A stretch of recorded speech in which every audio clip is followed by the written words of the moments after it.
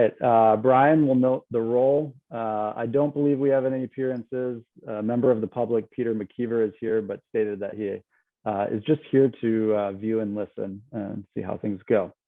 Any other appearances that you know, Brian? None that I'm aware of, nope. All right. We will move for approval of the meeting minutes of February 1st. Is there a motion to approve? So moved. Is there a second? All right, first and second. Are there any corrections, additions, changes? Seeing and hearing none, all those in favor say aye. Aye. Aye. All those opposed, nay. All right, minutes pass. All right, our first item of business, which we do want action item for a vote, is the review and approval of request for proposal for consulting services for San Damiano Community Vision and Conceptual Plan process. Oh, and I see Laureen is here as well. Hello, Laureen. So we are on the first new piece of new business, the review and approval of the RFP. And I'll kick it to Brian. Yeah, thank you. So based upon our conversation at the last meeting last month, I incorporated all of the changes that I heard from the committee. I think I even went back and watched the tape so I could try to capture as much as possible. So I have those changes reflected in a red line that was in your packet. If you have anything else, there was one small grammatical thing that Wes caught that I made that quick change. But if there's anything else you want me to change, let me know. If not, if you're comfortable with the document as it's been amended, I'll accept all the changes, create obviously a clean version, and that'll be the version that I'll do the posting this week. And just as a reminder, the way that we'll set this out is I've got a list of, I don't know, about 13 or 15 different firms that I'm aware of or have done work with us or in Dane County in the past that I'll send it to personally. We'll put it up on the city bid page and on the city website, and I will send out copies of the RFP to a number of the professional organizations in the landscape architecture, and planning fields, both in Wisconsin and the national organizations. So that way it gets sent out broadly, kind of beyond just Wisconsin. And then we'll give firms, about 4 weeks from when I post it, probably be about Thursday when I'll be ready to post, and then we'll give them a month to respond, and then we'll collect the responses we received, and we'll schedule a meeting for the group to at least sit down initially and review them and kind of see if, where we're at in terms of the proposals, cost, services rendered, all that stuff, and decide if there's a smaller subset of whatever group we receive that we want to do interviews with, and how we want to do kind of the vetting process moving forward towards a recommendation to the city council on which firm we'd like to go with. So with that, I'll maybe pause and take any questions that you might have, or if you have any additional edits on the document. Brian, have you thought about sending it also to the University of Wisconsin Landscape Architecture Department? Yeah. So thank you for that. That's a good reminder.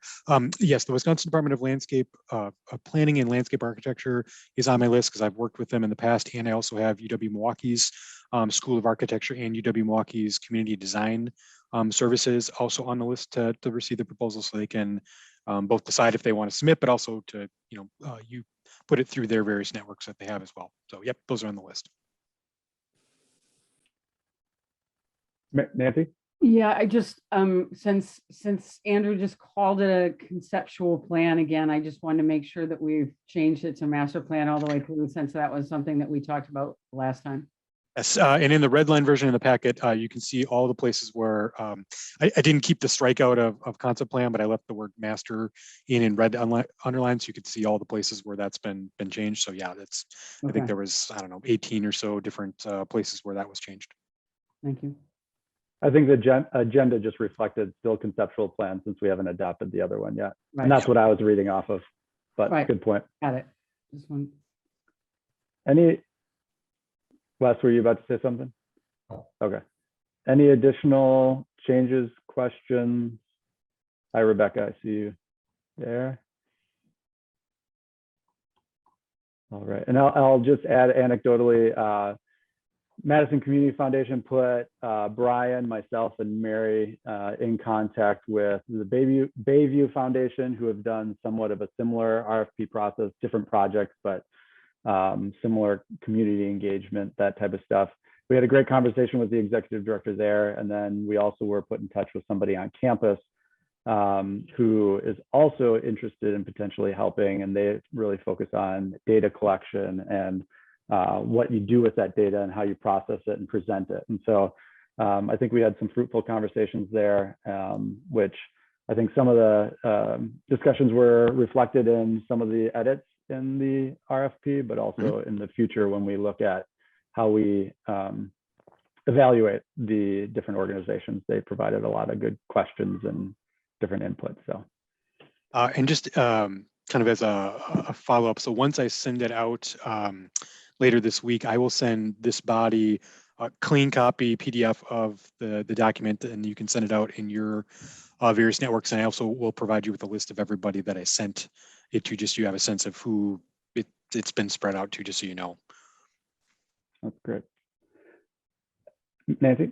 Sorry, I just Andrew, your mention of the other meetings that you and Mary and Brian had begs the question as to whether this group, while the RFP is out and while we're waiting for responses, would it be your intention this group would have a session to talk about what our criteria would be, essentially what I would call a strategy screen or criteria, and come to a consensus around what the criteria would be for selection? Yeah, I mean, I think that actually makes a lot of sense for our next meeting that would be April, because we will likely, as a body, meet before the deadline for the RFPs to come back in. So I think that's a great agenda item for our April. I think it'd probably be April 2nd or whatever, that first Tuesday of April. And we'll talk about that as we get a little bit further down in the agenda of establishing a permanent kind of meeting date, just so for our calendars and the public, so they know kind of consistently when we meet. But that's a good agenda item for next meeting. Yeah, criteria and process. Yeah, and so I have a question, a follow-up question to that, which is, Brian, I know that as a city, that we are unless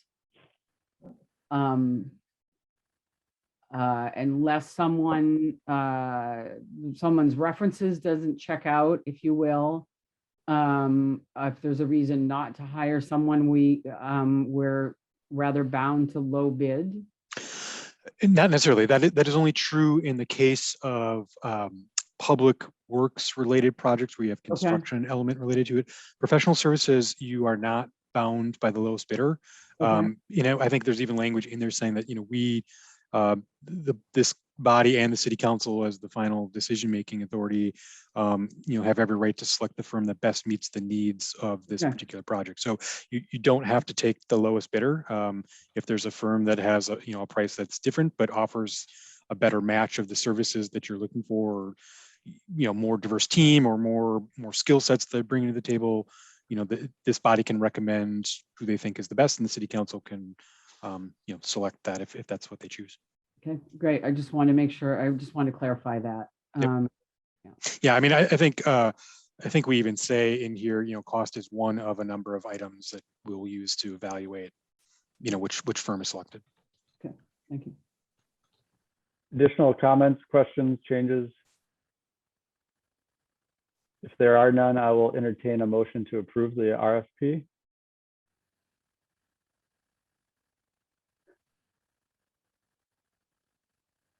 I'll move to accept the RFP. All right, we have a motion. Is there a second? Second. All right, Laureen seconds. Are there any additional discussion? Hearing none, all those in favor say aye. Aye. Aye. Aye. All those opposed, nay. All right, that passes.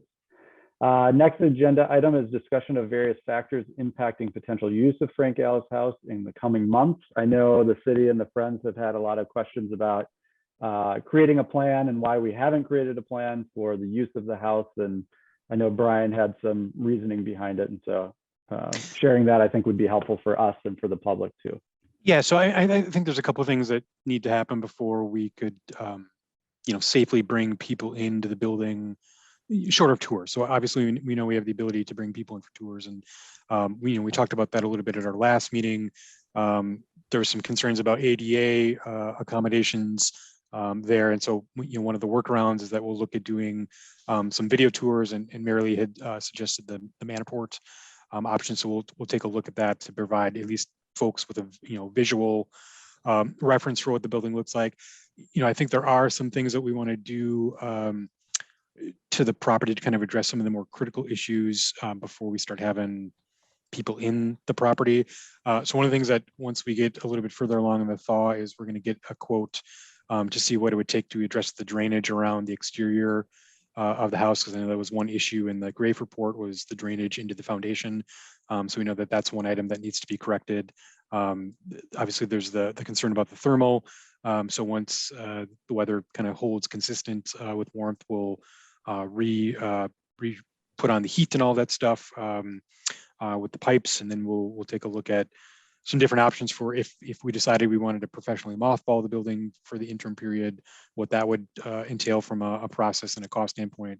And then we can have a larger discussion about if we didn't want to do that, if we wanted to have it open in the interim, obviously there would need to be some cleaning of the building. I'm more concerned about how we address the ADA issues, because there's not a good way, short of kind of constructing a ramp, which is not going to be, ramp will get you into the first floor, but beyond that, then you're kind of stuck on the first level.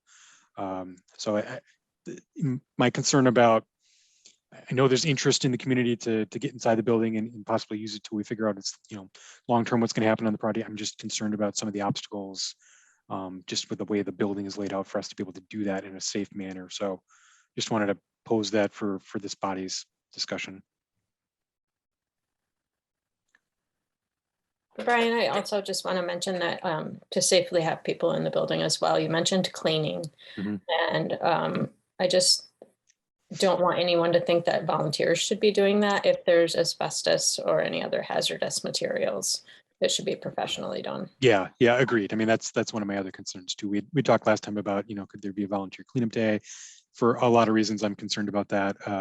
So those are some of the reasons why I think we should just proceed cautiously in terms of how and if we want to plan any sort of interim use of the space. And I think one thing to note with whether it's the simple things or the more complex things of patching foundational work, it all has an expense, right? And so we also have to figure out how much does that cost, and before we even know what we're going to do with the building, is it worth the cost, and have that conversation as a steering committee and as a city. What additional questions or thoughts do people have on this topic? I don't know if this is the right time, but I assume everyone else received a couple notes from Rick Bergstein. And I was just curious, Brian, is there a response we want to provide? And there's one point in there in particular that I think was a good one, related to building temperature and some things that we could do to prevent further deterioration while we're evaluating and planning. So I think those are some good ideas. Yeah, no, I think the ideas are good. I think, as we mentioned last time, right now we turn the water off, which is part of the heat system there. So once we get to a consistent temperature, we will absolutely turn that back on and leave it on. And as we go into next winter season, we can figure out a way to keep that on throughout the whole winter season. I think this year we were a little concerned about, because all the heat comes from that one central radiation heat. I think we just need to figure out a better way to make sure that the building remains heated in the winter. But yeah, his points are well taken, and as soon as we can turn the heat back on in there, we will. And I believe part of the concern is that the house receives well water. And so there's a whole other aspect to consider with that. Mm-hmm. Yeah, I think, we're being realistic. I think it's safe to say that we wouldn't know what we're doing with the house for at least 2 years. Because by the time we get through the master planning process, by the time we pick someone and then we do the process, get the community feedback, et cetera. And so And my concern, if we just professionally mothball it, would be that we would effectively be accused of not, of kind of taking it out of the equation from the very beginning, in terms of community feedback and interest, and so I do think conceivably that there's a way that we might be beyond tours, that there's a way that we might be able to just use the first floor, where we could close off the upper floors and which are frankly, less interesting, probably less useful to us. So I'm not saying that I'm advocating for keeping it open. I'm just saying that I think it's something that's something that we need to think about. If we're going to keep the heat on anyway, if we're going to have to do some things anyway to keep it in its current state, safely in its current state, that it might be to our advantage in a variety of ways to find a, to generate the resources to do some smaller things on the first floor. To me, it comes down to a cost benefit. So what are there's a cost to mothball it and there's a cost to not. And so what are the, what are the expenses for each scenario? And then I think there's a potential fundraising opportunity if we don't. So I think, to me, we need to look at a set of criteria that are real and have numbers, I would think. And yep, because I don't know what funding source exists for either. I just want to mention, you guys keep talking about professionally mothballing it. Mothballing it basically is tempering it and making sure that nothing can get in, like pests or leaks or anything like that. Mothballing isn't like you can't use it. You just can only use it for certain things. The way it's not like you can't use it when you mothball a building. It's just taking care of it, basically, so that it doesn't fall to pieces. Mm-hmm.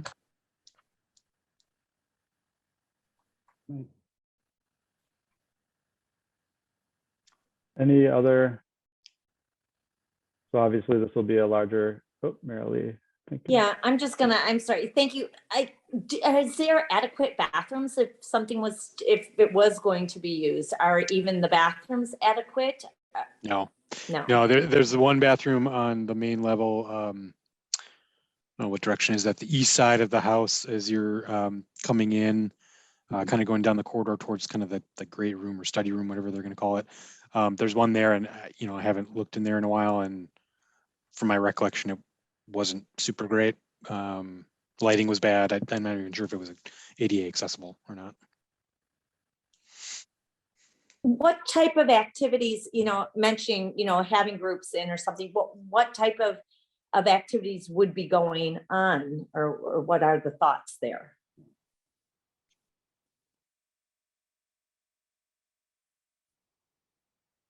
I don't think we've talked about anything other than just the ability to get some people into the building, see it.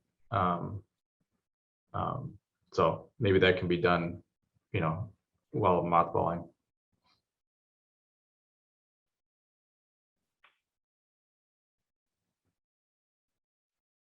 Lauren?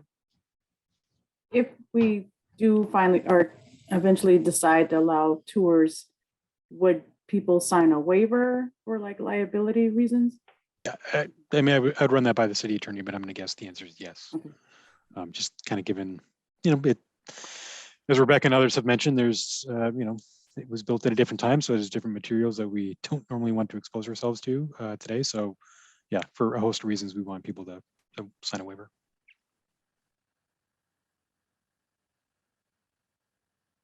Additional comments, questions, and obviously this will be a topic for discussion at some point in the future too. All right. Seeing none, we'll move on to discussion of 2022 events calendar. Brian? Yeah, just I'm not sure if the Friends had any more definitive dates of activities. We've started some discussions between the Friends and the city's park departments just so we can kind of coordinate calendars.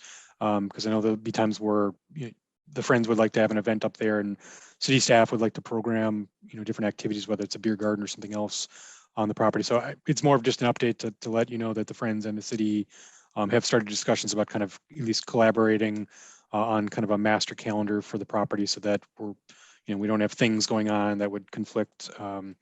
If there's some community programming that wants to go on there, or if there's some Friends related activity, we can kind of all organize that and work together. It's more of an update than anything else. Yeah, and just to piggyback on that, we have one point person, Pat Howell, who on the Friends side is the head of our community engagement. So, for the Friends and others that are listening, all the events will go through her, and then she will work with the city and Jake and others to make sure it's on their calendar. Because one thing Jake mentioned that I didn't really think of is it also impacts their maintenance schedule, their mowing and different things like that. So we need to make sure that we're all on the same page. Yep, just so we can plan the maintenance around when we think the park is going to be used. Yeah. And frankly, while we're on this, the snow stake event was an amazing example of that partnership coming to fruition really quickly. Thanks Nancy and all the others that were organizing that, and Maureen for connecting us to the school district for the shuttle bus and parking. But I think that was a great example of the shared partnership coming in a very successful and great way. Any questions on the events calendar? Can I no. just mention, there's one unofficial one that comes up always, and I think it's the Sunday of Labor Day. It's the kind of the boat group that's out there. They call it Holy Bay, out in Holy Bay. And so there's usually a big tie-up, and there can be 100, 150 boats out there if the weather's really nice. And I think that that's something, because we are going to have porta potties and things like that, I think that's something everybody should be kind of aware of that goes on also. And when it firms up, it firms up through a Facebook group. When that firms up, I'll pass that information along. Yeah. What do they call it again? Holy Bay. Where San Damiano sits, it's called Holy Bay. That's kind of the unofficial, because it's the sand bottom and all the boats. There's a lot of boats out there all tied together, and it's a big party. Sure. And we would definitely encourage them to use the porta potties instead of the coastline. Yes, I agree. Anything else on the event? All right. Moving on to discussion of establishing a monthly meeting. One of the things that Rick and others had mentioned is having a standing meeting for the public to know when we're meeting a little bit more regularly, and also for our own calendars.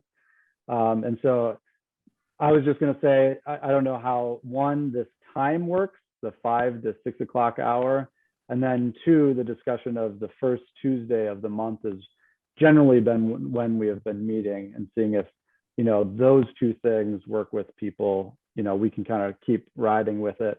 Otherwise, if, there's other conflicts or other ideas, feel free to shout those out now. Brian, did you have anything else? No. Yeah. All right, we'll start with how is the time of the month? So the first Tuesday? It works. Works. All right. Okay. And then how about the 5 o'clock to 6 o'clock? Sometimes we've run over to 6:30. So keep that in mind, that there might be some run over. I know it hits kind of kids time, dinner time, whatever time. Does it work? That works. Seems to work. All right. Seems like the general consensus is we'll continue with this date and time. Okay, So then that moving means forward, next meeting would be April 5th at 5 p.m. Perfect. Anything for discussion of future agenda items? Anything individuals want to add? Again, we'll do process and criteria definitely for our next one.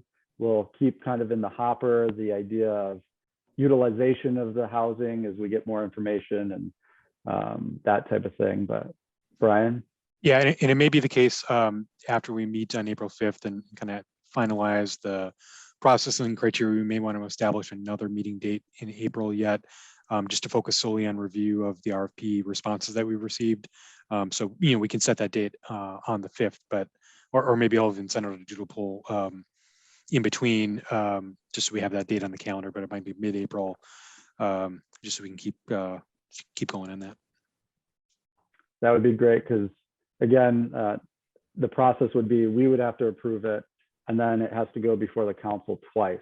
So they do a first read, and then it goes to second read. So that would be another month. So if we're just thinking of our January or June 1 kind of time frame, we'd have to approve it by the end of April on our end.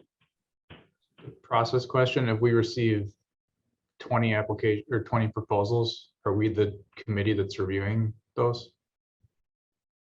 We would be, and I would provide you with copies of every one that's received. I could do a first cut to kind of at least put them in some order that, maybe hypothetically, if we received 20, here's the 10 that seem most likely to meet our response needs for the RP, and these other 10 are, can be looked at and could be moved up if that's the case, but here's at least a first cut of ones to focus your attention on. Yeah, and we can certainly talk about that at our first meeting too. Nancy? Yeah, it just occurs to me that, and I don't, maybe I'm the only one that's heard this, but it seems to me that